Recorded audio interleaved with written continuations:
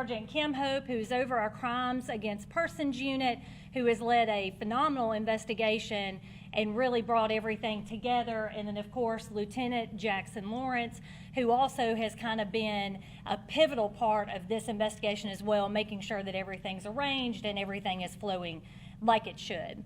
So, as you all remember, I recognize many of you in this room that did come out on the scene that fateful day on February 20th.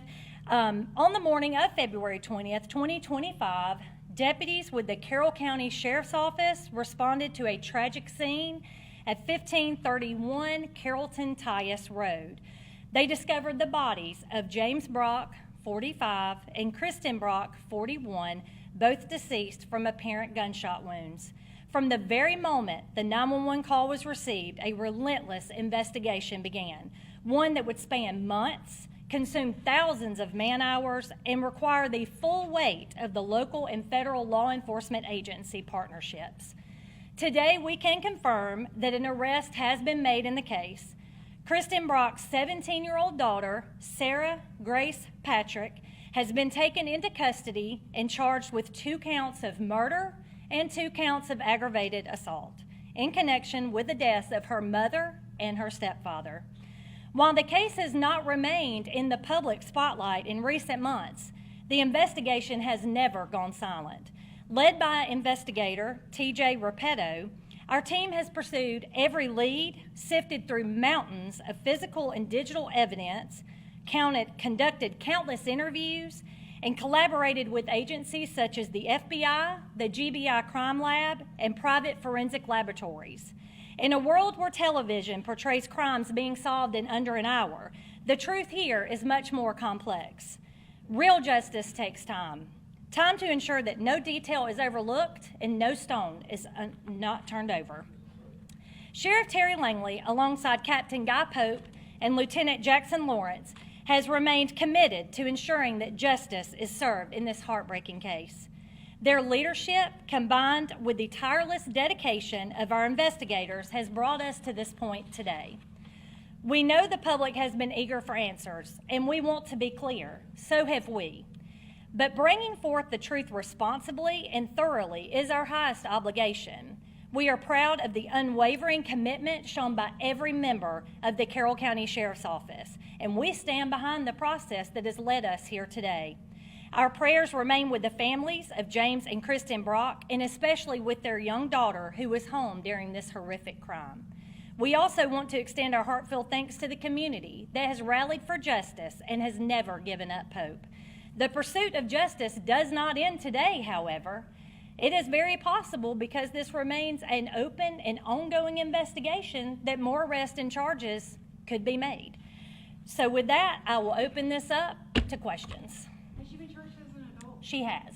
And any idea what her motive was that she made a confession? We are still working with her diligently. Our investigators have been speaking with her. It is correct that she was the one who made the 911 call, correct? Yes.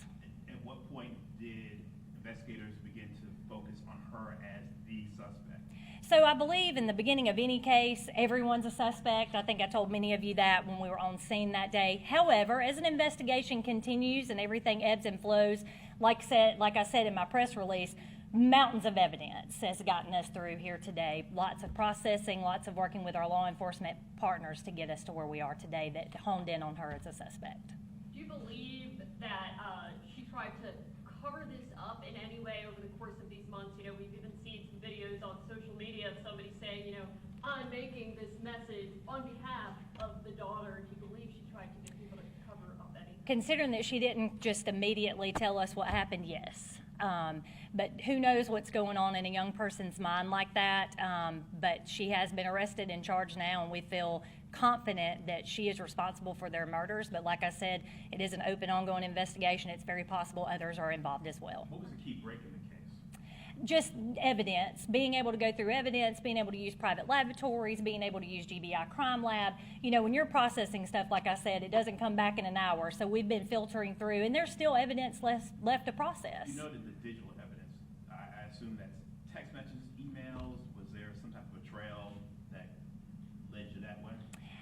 There's always a lot of evidence. I won't go into exactly what it is because it is an open, ongoing investigation, but we have mountains of evidence. What about about the social media or TikTok, that type of stuff? Any of that going to be used? That will be up to the prosecuting attorney, and they'll work diligently with our investigators to make the case go forward towards trial or whatever they decide to do. Was that the younger daughter, the youngest child that found them? I believe that, and you speak to this, Kim, the smallest daughter found them that morning, correct? And then she came and told Sarah, and then Sarah made the 911 call. Where was Sarah? Sarah was in the home. No, I mean, in the interim, where was she who was she living with? She's 17. She's kind of been out on her own. Was she out on her own at the time? No, she lived at home with her mother and stepfather at that time. But since then, she's lived with different family members and kind of moved all over the place. Did she turn herself in? Yes, she did turn herself in this morning. Do you believe that any of the other family members knew about this? Hard to tell. I can say this, that everybody that we have talked to through the course of the investigation that are family members have been nothing but cooperative. Anything else? Did you do anything after the murder during the investigation that you guys will use in your Like I said, we're still kind of putting all the pieces of the puzzle together, but I can tell you what led us here today, and that's the evidence that Sarah killed her parents. Did she say why she turned herself in? She turned herself in because we notified her she had warrants for her arrest. Did she have any previous charges, any previous calls to that house regarding? Not that I'm aware of, not regarding her, not that I'm aware of. Did she seem remorseful? I have not been personally with her or interviewed her, so I could not answer that question. I know this is shocking Sure. for her family as well. Mhm. Did you get any kind of, were they shocked as well, surprisingly? Like I said, her family's been very cooperative. I can't imagine as a parent her father brought her up here this morning. She turned herself in. I can't imagine what he's going through, so my heart goes out to him as well. You talked about the family. I know they've been trying their best to keep this in the forefront. Yes. I know you guys are working behind the scenes. Yes.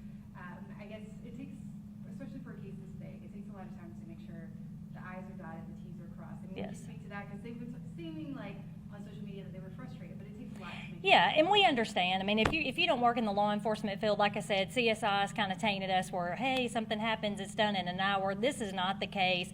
I mean, and not only that, don't you want the right person arrested? So that's why it takes so long. These diligent investigators took their time. We've got the person that we believe orchestrated this and committed this horrific crime, and that was played through the part of evidence, and that's not something that's processed overnight.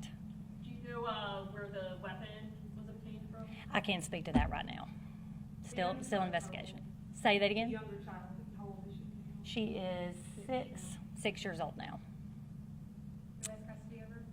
She's staying with family. Can you speak to like just how heinous this is? That she- Oh, it's absolutely a shock to our community. Carroll County is a great community. We very rarely have stranger-on-stranger crime here, so I would like to say that we're not a dangerous community. I know that the Tice community that this happened in, those neighbors were really up in arms, as they should have been. Like I said, this has been a process to get us to where we're at today, but we don't know what goes through the mind of a child who wants to harm their parents. So that I can't answer right now, but it is a very horrific and sad case. Was there any evidence of any type of, I don't want to say abuse, but challenges in the home? Still an ongoing investigation. Then for anybody, who worked on this case, I don't know if there's ever been any other case like this in any of your careers, or if this is one of a few, but just when the facts, as you say, lead you to this conclusion, is it difficult, or what is that like just as a human, kind of when you follow the facts? Anytime you work a case where somebody's life has been cut short, James is a special case because I believe, according to his family, he had a lot of heart trouble. He'd had numerous heart surgeries. I believe he may have been waiting on a heart transplant at some point. And to have his life cut short when he was given so many opportunities to live, to me, that's a big takeaway from this story, and that a mother and a stepfather will never be able to raise their children and the little girl that was in the home. To me, she's probably the saddest victim in all of this.